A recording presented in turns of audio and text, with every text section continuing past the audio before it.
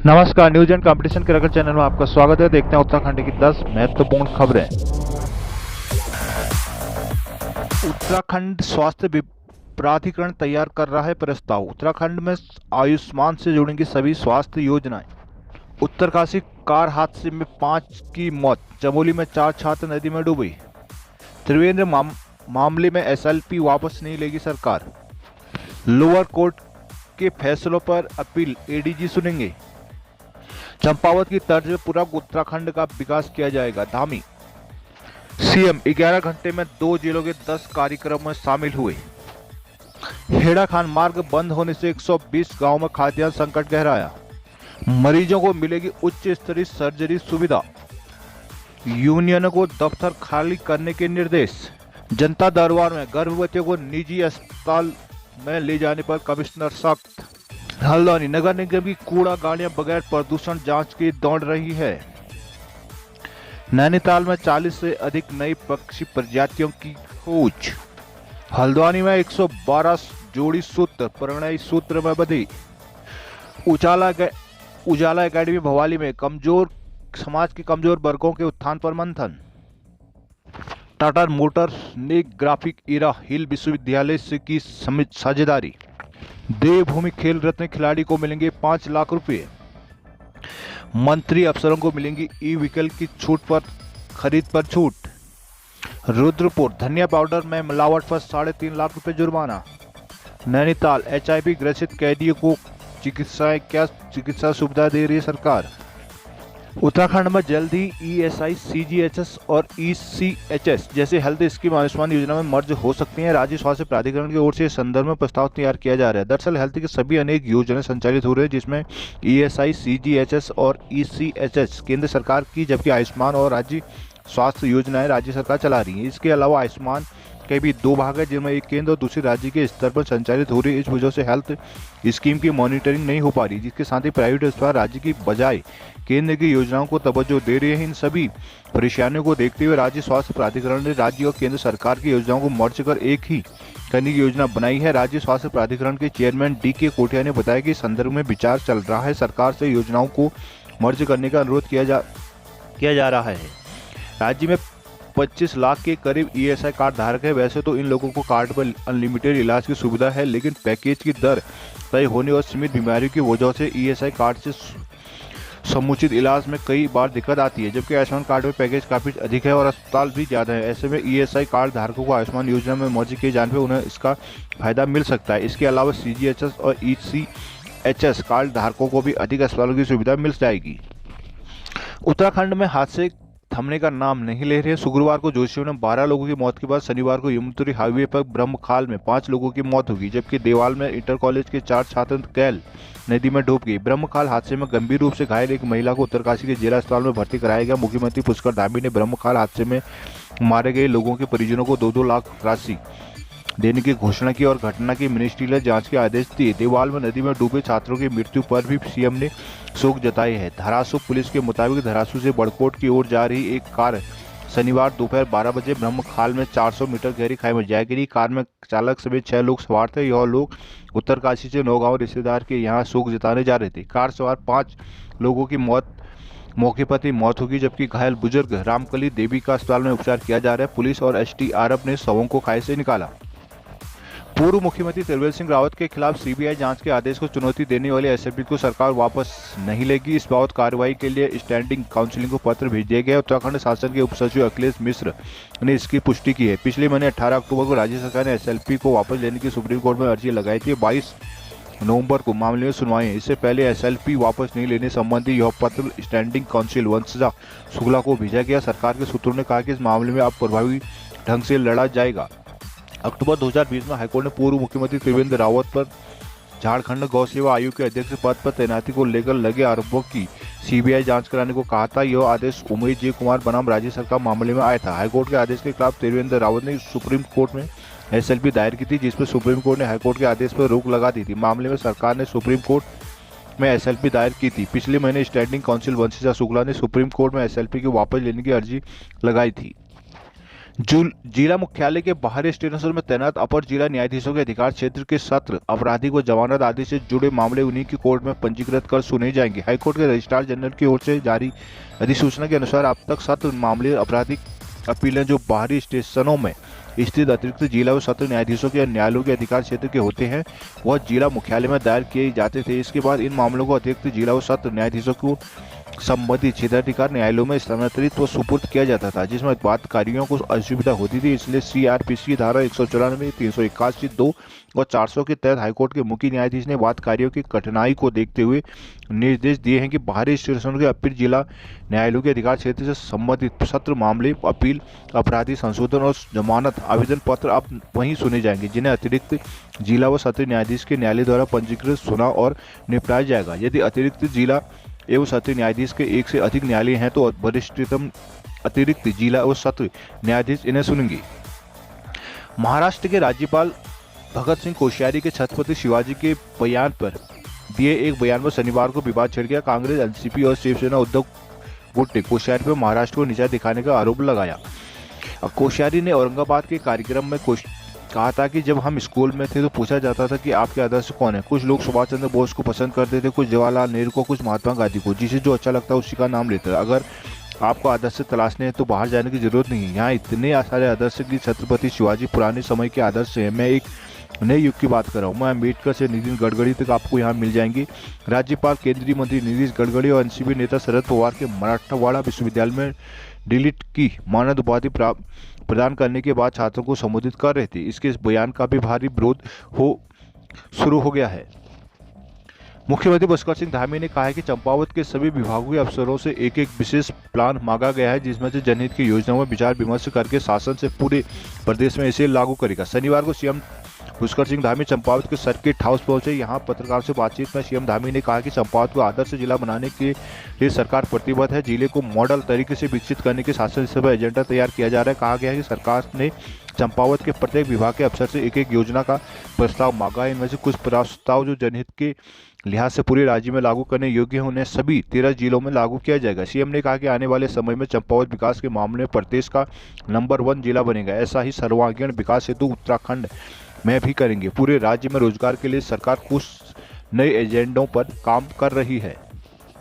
मुख्यमंत्री पुष्कर सिंह धामी ने शनिवार को 2 जिलों का तूफानी दौरा किया। 11 घंटे में 2 जिलों में 10 कार्यक्रमों में हिस्सा लिया। मुख्यमंत्री का दौरा शनिवार को सुबह 9:30 बजे निजी आवास नगला तराई खटीमा से शुरू हुआ, जहां से वह राधा सत्संग मैदान खटीमा से हेलीकॉप्टर से रवाना होकर 10 बजे सर्किट हाउस हेलीपैड चंपावत पहुंचे, जहां उन्होंने 10 से 10:30 बजे तक प्रबुद्ध और वरिष्ठ नागरिकों के संवाद कार्यक्रम में हिस्सा लिया। चंपावत में जिला पत्रकार संगठन के शपथ ग्रहण समारोह में पहुंचे उन्होंने जवाहर नवोदय विद्यालय पहुंचकर सीमांत पर्वतीय जनपद बाल विज्ञान महोत्सव का शुभारंभ किया। 1.25 घंटे बाद वो आईटीबीपी हेलीपैड चमोरी बिमोला अल्मोड़ा के लिए रवाना हुए। आजीविका महोत्सव का उद्घाटन करते हुए हवलबाग पहुंचे। 3 बजे मुख्य सेवक आपके द्वार कार्यक्रम के तहत महिलाओं से जनसंवाद शुरू किया। 4:45 बिमोला हेलीपोर्ट से रवाना होकर आर्मी हेलीपैड अल्मोड़ा पहुंचे, जहां शाम 5 से 6 बजे तक भाजपा कार्यकर्ताओं से बातचीत की। वहीं व्यापार मंडल व अन्य संगठनों के मिले। 6:25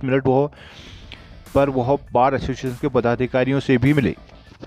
काठगोदाम हेड़ाखान मार्ग पर पहाड़ी से मलबा गिरने का सिलसिला लगातार जारी है। मार्ग व आवागमन बंद है। ऐसे में भीमताल विधानसभा क्षेत्र के 120 से अधिक गांवों के करीब 50,000 लोगों की परेशानी बढ़ गई है। सड़क ठप होने की वजह से राशन, दूध, सब्जी आदि की सप्लाई नहीं हो पा रही। प्रभावित इलाकों में खाद्यान्न का संकट गहरा गया है। साथ ही गाँव से हल्द्वानी मंडी में आने वाली सब्जियां भी डंप हो गई है। इसके अलावा स्वास्थ्य सुविधाओं को भी लेकर समस्या पैदा हो गई है। स्थानीय निवासियों का कहना है कि वह सामान खरीदने के लिए हल्द्वानी बाजार जाते हैं, लेकिन हेड़ाखान मार्ग बंद होने की वजह से उनका संपर्क हल्द्वानी से कट गया है। इन दिनों प्रभावित गांव में माल्टा, नींबू, अदरक, आलू और तेज पत्ता होता है। ग्रामीण जो हल्द्वानी मंडी में बेचने के लिए जाते हैं। ग्रामीणों की मांग तो रोजाना लगभग 40 से 50 छोटे बड़े मालवाहक वाहनों से स्थानीय फल और सब्जियों को मंडी लाया जाता है, लेकिन 5 दिन से सड़क बंद होने की वजह से कई कुंटल सामान ठप हो गया है। बेहद जरूरी होने पर लोग जान जोखिम में डालकर क्षतिग्रस्त मार्ग से आवाजाही करने को मजबूर है। वहीं एलपीजी सिलेंडर की गाड़ी और सरकारी सस्ता गले का राशन कोटा भी दुकानों तक नहीं पहुँच पा रहा है। हेड़ाखान मार्ग पर पहाड़ी से मलबा आने की वजह से 14 नवंबर से देर रात से रास्ता बंद है। शनिवार को भी सड़क पर मलबा आने का सिलसिला जारी रहा। लोक निर्माण अधिकारियों के अनुसार पहले दिन सड़क का लगभग 70% हिस्सा प्रभावित था, लेकिन 5वें दिन तक 150 मीटर हिस्सा प्रभावित हो गया। ऐसे में अधिकारी पहाड़ के खतरे की जद में होने की बात कह चुके हैं। वहीं शनिवार को लोक निर्माण नैनीताल प्रांतीय खंड के ईई दीपक गुप्ता ने डीएम को रिपोर्ट भेजी है। 40-50 किलोमीटर बढ़ गई है दूरी। हेड़ाखान मार्ग बंद होने से क्षेत्र के प्रभावित गांवों के लोगों को दिक्कतें यातायात को लेकर बढ़ गई है। ऐसे में ग्रामीणों को धनाचूली में से भीमताल होते हुए हल्द्वानी आना पड़ रहा है। ऐसे में उनके लिए 40-50 किलोमीटर की अतिरिक्त दूरी करनी पड़ रही है, जिससे वे लोग बेहद जरूरी काम से ही आ पा रहे हैं। राजकीय मेडिकल कॉलेज हल्द्वानी का अस्थि रोग विभाग के associate professor doctor Ganesh Singh Dharm Sattu Indian foot and ankle society के प्रतिष्ठित फेलोशिप कर आए हैं। ऐसा पहली बार हुआ कि एसटीएस में आने वाले मरीजों को सुविधा मिलेगी। बताया कि अभिलेखों, शोध पत्रों और पूर्व में के कार्यों के आधार पर जटिल चयन प्रक्रिया के बाद देश के 3 चिकित्सकों को इस प्रतिष्ठित फेलोशिप में हिस्सा लेने के लिए चुना गया था। इसके साथ फेलोशिप में उनके अलावा चेन्नई से डॉक्टर विष्णु सैंथिल व जोधपुर से डॉक्टर शांतिलाल सखला ने हिस्सेदारी की थी। All India institute of medical sciences Delhi में एम्स के डॉक्टर विजय के निर्देशन में फुट तथा एंकल की आधुनिक व उच्च स्तरीय सर्जरी के गुण सीखे हैं। उत्तराखंड परिवहन निगम प्रबंधन ने कर्मचारी यूनियनों पर शिकंजा कसना शुरू कर दिया। प्रबंधन ने पत्र जारी कर विभिन्न स्टेशन और डिपो वर्कशॉप में बनी कर्मचारी यूनियन के कार्यालय को हटाने का कहा है। इस मामले से को लेकर यूनियन के पदाधिकारियों ने शेष रोष जताकर आंदोलन की चेतावनी दी है। महाप्रबंधक परिचालन दीपक जैन से सभी एआरएम को पत्र भेजा कि मामले में सहायक महाप्रबंधक काठगोदाम ने शुक्रवार को काठगोदाम शाखा में खोले गए यूनियन कार्यालयों के पदाधिकारियों को कार्यालय के खाली करने को कहा है। वहीं हल्द्वानी बस स्टेशन और वर्कशॉप में कार्यालयों को खाली करने के लिए निर्देश पूर्व में जारी किए जा चुके हैं। यूनियन कर्मचारियों का कहना है कि रोडवेज के कर्मचारी यूनियन ने आउटसोर्सिंग एजेंसी के माध्यम से चालकों परिचालकों की भर्ती का विरोध कर रही है। इसलिए परिवहन निगम ने सितंबर में कर्मचारी यूनियन को आंदोलन पर रोक लगा दी। इसके लिए निगम में 6 माह के लिए एस्मा लागू किया गया है। जामरानी बांध परियोजना इकाई ने डूब क्षेत्र प्रभावितों के पुनर्वास के लिए मास्टर प्लान का काम शुरू कर दिया। शनिवार को परियोजना इकाई के अधिकारियों इंजीनियर ने किच्चा स्थित प्राग फार्म की जमीन का निरीक्षण किया। यह सर्वे कार्य हफ्ते भर चलेगा। इसमें प्रभावित जमीन की वर्तमान स्थिति के अनुसार ड्राफ्ट तैयार किया जाएगा।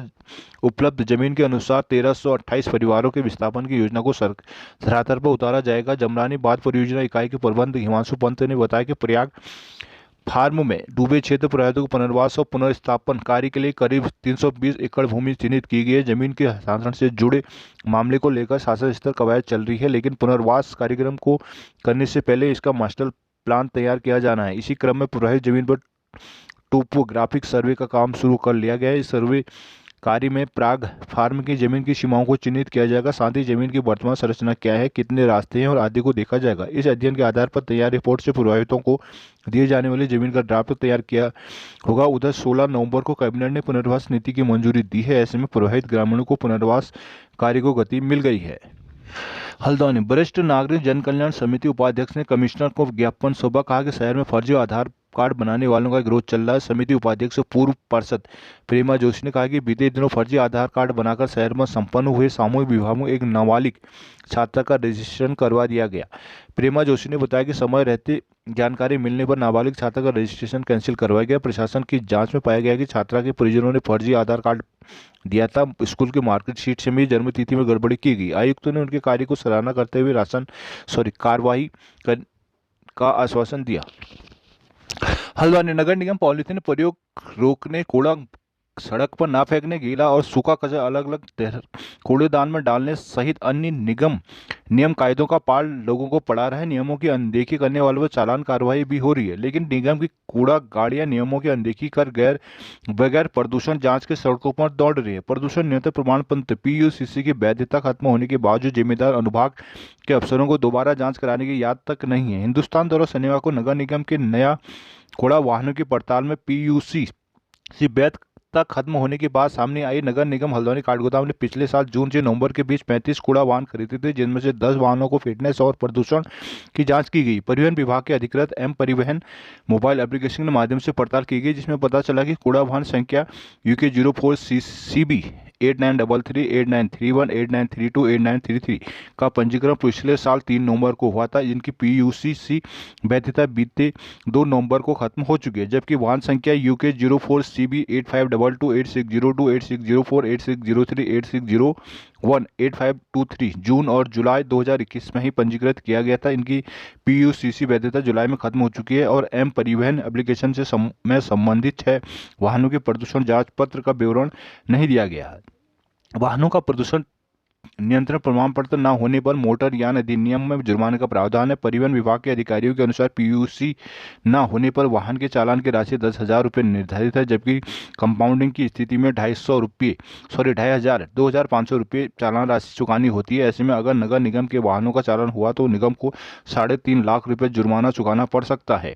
परिवहन विभाग की ओर से वाहनों की प्रदूषण जाँच प्रमाण पत्र जारी करने के लिए 100 रुपये शुल्क निर्धारित किया गया है, लेकिन 35 वाहनों की प्रदूषण जाँच नहीं कराई जा सकी है। नैनीताल की नई प्रजाति खोज और नैनीताल को वर्ल्ड वॉचिंग डेस्टिनेशन बनाने के उद्देश्य से नैनीताल में आयोजित 4 दिवसीय वर्ल्ड फेस्टिवल का शनिवार को समापन हो गया। वन विभाग और ओरिएंटल ट्रेल के संयुक्त तत्वाधान में आयोजित फेस्टिवल में 40 से अधिक नए पक्षियों की प्रजातियों को पक्षी प्रेमियों ने कैमरे में कैद किया। आयोजक संस्था ओरिएंटल ट्रेल के संस्थापक अमित सांकल्य ने बताया कि 4 दिनों तक आयोजित वर्ल्ड सर्वे के दौरान विभिन्न प्रजातियों के आंकड़ों का वर्ल्ड वॉचर ने कैमरे में कैद किया। इस बार पक्षियों का आंकड़ा करीब 250 के पार पहुंचने की संभावना है। उन्होंने बताया कि 4 दिनों तक के सर्वे के दौरान अब तक करीब 40 से अधिक नए पक्षियों को खोजा गया है, जबकि पहली बार अप्रैल माह में आयोजित वर्ल्ड फेस्टिवल में 201 पक्षियों को रजिस्टर किया जा चुका है। वर्ल्ड फेस्टिवल के समापन मौके पर मुख्य वन संरक्षक कुमाऊं PK पात्रो ने बतौर मुख्य अतिथि कार्यक्रम पर मुआवना किया। उन्होंने देश भर के विभिन्न संस्थानों से पहुंचे बर्ड वॉचरों को प्रतीक चिन्ह देकर सम्मानित किया। जू के रेंजर संजय रावत ने बताया कि वर्ल्ड सर्वे में छत्तीसगढ़, केरल, मध्य प्रदेश, उत्तराखंड, कर्नाटक, महाराष्ट्र, गुजरात के 43 वर्ल्ड वॉचरों ने प्रतिभाग किया। कार्यक्रम में मिति सांकल्य, रेंजर प्रमोद तिवारी, विजय मलकानी, सोनल पनेरू, अरविंद कुमार आदि मौजूद थे। Common wood green shrike, babbler, black throated, brown wood owl, blue capped, redstart, water ऑरिरेट, ब्लैक वर्ल्ड, सिनेरोस वल्चर आदि नई प्रजातियां मिली हैं। इन क्षेत्रों में वर्ल्ड वॉचिंग के लिए वन विभाग ने नैनीताल के किलवरी, विनायक, कुंज खड़क, भवाली, महेशखान, बॉटनिकल गार्डन, साताल समेत 22 स्थानों पर काम किया हुआ है।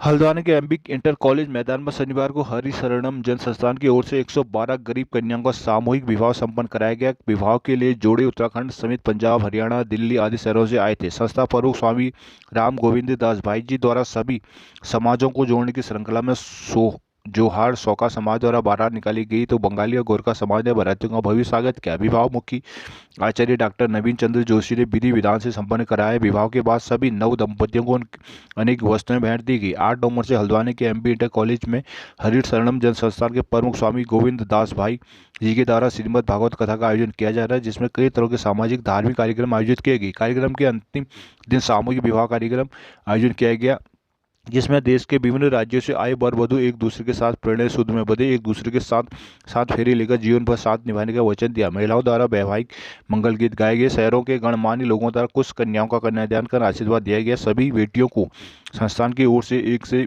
वैवाहिक परिधान में तैयार कराया गया था। समारोह में वरिष्ठ नागरिक जन कल्याण समिति, कायस्थ समाज, साहू केसरवानी, वाल्मीकि आदि अनेक समाजों ने स्वस्थ स्वयं सेवाएं दी। यहाँ मेयर डॉक्टर जोगेंद्र पाल सिंह रौतेला, जिला पंचायत अध्यक्ष बेला तोलिया, प्रमोद तोलिया, तरुण बंसल, हेमंत बगड़वाल आदि मौजूद रहे। उत्तराखंड न्यायिक एक विधिक अकादमी भवाली में मानव तस्करी, लैंगिक न्याय और समाज के कमजोर वर्गों के उत्थान पर मंथन शुरू किया है। 2 दिवसीय सेमिनार में प्रदेश के साथ ही सुप्रीम कोर्ट के जस्टिस हिस्सा ले रहे हैं। कार्यक्रम का शुभारंभ सुप्रीम कोर्ट के न्यायाधीश न्यायमूर्ति एस रविंद्र भट्ट व न्यायमूर्ति सुधांशु धूलिया ने दीप प्रज्वलित कर किया। उद्घाटन सत्र में सेमिनार के उद्देश्य रूपरेखा, समाज के कमजोर वर्ग तक न्यायालय व विधिक सेवा प्राधिकरण की अधिकतम पहुंच पर विचार विमर्श किया गया। पहले सत्र की अध्यक्षता सर्वोच्च न्यायालय के न्यायाधीश एस रविंद्र भट्ट, न्यायमूर्ति सुधांशु धूलिया, हाईकोर्ट के मुख्य न्यायाधीश न्यायमूर्ति विपिन सांघवी ने की। मुख्य प्रवक्ता के रूप में बाबा साहेब भीमराव अंबेडकर विश्वविद्यालय लखनऊ की प्रोफेसर प्रीति सक्सेना ने विचार रखे। उन्होंने संविधान में प्रदत्त क्षमता के मूल अधिकारों को रेखांकित करते हुए बताया कि आज भी समाज के कमजोर वर्गों महिला, बच्चे, गरीब और शारीरिक रूप से कमजोर लोगों के लिए न्याय तक पहुंचना मुश्किल है। विधिक सेवा प्राधिकरण आगे जाकर न्याय तथा पहुंच और क्षमता का अधिकार कमजोर वर्गों की पहुंच बना रहा है। अध्यक्षता कर रहे न्यायाधीश न्यायमूर्ति की ओर से निष्कर्ष में बताया कि न्यायाधीश लीगल सर्विस वाले इस मामलों को छोटा कर उन्हें वरीयता के साथ सुने। यहीं सर्वोच्च न्यायालय के न्यायमूर्ति, उच्च न्यायालय के न्यायमूर्ति और पुलिस महानिदेशक उत्तराखंड समेत विभिन्न जिलों के न्यायाधीश, डीएम, एसपी, प्रोबेशन अधिकारी व अधीनस्थ न्यायालयों के न्यायाधीश गण रहे। कार्यक्रम में अधिकारी वर्चुअल माध्यम से भी जुड़े। सेमिनार में कुल 200 से अधिक अधिकारी हिस्सा ले रहे हैं। इस मौके पर हाईकोर्ट के वरिष्ठ न्यायाधीश न्यायमूर्ति संजय कुमार मिश्रा, न्यायमूर्ति मनोज कुमार तिवारी, न्यायमूर्ति RC खुलबे, justice Alok Kumar Verma, police महानिदेशक अशोक कुमार, रजिस्ट्रार जनरल विवेक भारती शर्मा, निर्देशक उजाला नितिन शर्मा आदि मौजूद रहे। अंतर्राष्ट्रीय और राष्ट्रीय खेल प्रतियोगिता में उत्तराखंड का नाम रोशन करने वाले खिलाड़ियों और कोच को हर साल सरकार सम्मानित करेगी। हर साल एक उत्कृष्ट खिलाड़ी को देवभूमि उत्तराखंड खेल रत्न पुरस्कार के रूप में 5 लाख रुपए मिलेंगे, जबकि 6 खिलाड़ियों को हिमालय खेल रत्न पुरस्कार से सम्मानित किया करते हुए 1-1 लाख रुपए का पुरस्कार दिया जाएगा। कोच के लिए तय द्रोणाचार्य पुरस्कार के रूप में सरकार हर साल 2 वरिष्ठ लोगों को सम्मानित करेगी। 3 पुरस्कारों के चयन के लिए सरकार ने गाइडलाइन जारी कर दी है। विशेष प्रमुख सचिव डॉक्टर अभिनव कुमार ने खेल निदेशक को नई गाइडलाइन के अनुसार कार्रवाई करने के निर्देश दिए हैं। खेल प्रतियोगिताओं प्रदर्शन के आधार पर हर श्रेणी में अंक तय किए गए हैं। पुरस्कारों के लिए अंतर्राष्ट्रीय और राष्ट्रीय स्तर की खेल प्रतियोगिता ही मान्य होंगी। आवेदन करने वाले हर खिलाड़ी को एक शपथ पत्र देना होगा, जिसमें से 2 वे स्पष्ट करेगा कि हर प्रतियोगिता में उसने मादक पदार्थों को सेवन किए बिना ही प्रतिभाग किया, कोर्ट द्वारा किसी मामले में दोषी नहीं ठहराया गया, साथ ही यौन उत्पीड़न से संबंधित किसी आरोप में दोषी नहीं पाया गया। सरकारी कामकाज के लिए निजी वाहन का इस्तेमाल करने वाले अधिकारियों को मासिक प्रतिपूर्ति राशि को बढ़ाने के प्रस्ताव को घटाया जा रहा है। सूत्रों के अनुसार वित्त विभाग की आपत्ति के अनुसार परिवहन विभाग ने वाहन खरीद पॉलिसी को नए सिरे से तैयार किया है, जिसमें मंत्री और मुख्य सचिव स्तर के अधिकारी द्वारा ई व्हीकल खरीदने में वाहन खरीद की दर को 35 से 40 लाख रुपए तक रखने का सिफारिश की जा रही है, जबकि सामान्य डीजल पेट्रोल के वाहन का मूल्य पूर्व के प्रस्ताव के समान रखने पर सहमति बनी। परिवहन विभाग ने पॉलिसी का नया संशोधित प्रस्ताव तैयार कर लिया है। संपर्क करने पर परिवहन सचिव अरविंद सिंह हयांकी ने प्रस्ताव को अंतिम रूप देने की पुष्टि की। हालांकि उन्होंने संशोधित किए गए प्रस्ताव पर टिप्पणी नहीं की, लेकिन यह कहा कि सोमवार तक इसे वित्त विभाग को सौंपने का फैसला किया जाएगा। अपर मुख्य सचिव स्तर पर उच्च स्तरीय बैठक में चर्चा के बाद ही नई पॉलिसी पर कुछ कहा जा सकेगा। नैनीताल हाईकोर्ट जिलों में एचआईवी कैदियों से संबंधित 2 अलग अलग जमानतों के मामलों की सुनवाई करते हुए हाईकोर्ट ने राज्य सरकार को रिपोर्ट प्रस्तुत करने के निर्देश दिए। न्यायाधीश न्यायमूर्ति रविंद्र मैठानी की एकल पीठ ने पूछा कि ऐसे कैदियों को क्या चिकित्सकीय सुविधाएं प्रदान की जा रही हैं। पहले मामले में लक्ष्य निवासी एक महिला ने इस साल मई में 23 साल के लड़के के साथ कथित तौर पर शारीरिक संबंध बनाए। पुलिस के मुताबिक पीड़िता के माता पिता ने यह कहते हुए प्राथमिक दर्ज कराया कि आरोपी महिला इस बात से अच्छी तरह वाकिफ थी कि वह एचआईवी पॉजिटिव है। दूसरे मामले में देहरादून निवासी एक व्यक्ति ने अक्टूबर 2021 में अपने किराएदार की 13 वर्षीय बेटी के साथ कथित तौर पर रेप किया। अपराध करने के बाद वह दून अस्पताल में एचआईवी उपचार के अधीन था। आरोपी महिला के मामले में अदालत ने आयोजन पक्ष के जवाब मांगा कि क्या सच है कि कैदी एचआईवी पॉजिटिव है, और यदि ऐसा है तो उसकी सामान्य स्थिति क्या है, इसका इलाज के कैसे सामान्य स्थिति है, इसका इलाज के लिए कैसे किया जा सकता है, इसे जेल में कैसे रखा जाए, क्या पीड़ित बच्चे का एचआईवी संक्रमण की जांच की गई। दूसरे मामले में अदालत ने पीड़िता की स्थिति के बारे में पूछा कि क्या वह एचआईवी से संक्रमित है।